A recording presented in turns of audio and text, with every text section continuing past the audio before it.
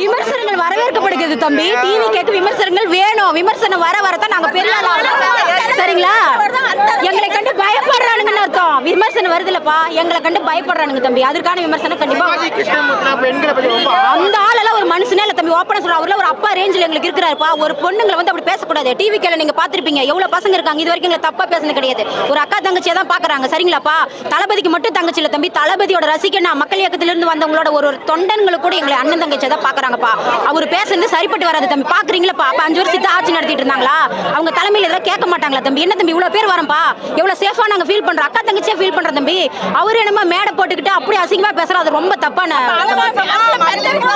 என்னப்பா அவங்க அம்மா இருக்காங்க, அவங்க அக்கா தங்கச்சி இருக்காங்க. என்ன யார் கேட்க ஆள் இல்லையா தம்பி? நீங்க நாங்க டிவி கேன்றே சொல்ல தம்பி. ஒரு காமன் பர்சனா பேசுறேன் தம்பி. பொண்ணுங்களுக்கான ஒரு மரியாதையை அவங்க கொடுக்கறது கிடையாதுப்பா. பொண்ணுங்களை ஒரு பொண்ணை ட்ரீட் பண்றது கிடையாது. ஒரு பாதுகாப்பு கிடையாது. எதுவுமே இல்லாம ஒரு 5 வருஷம் ரன் பண்ணிட்டாங்க தம்பி.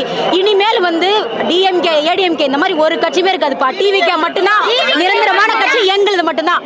மகளிருக்கான ஆட்சி நாங்க மாசம் 1000 ரூபாய் 1000 ரூபாய்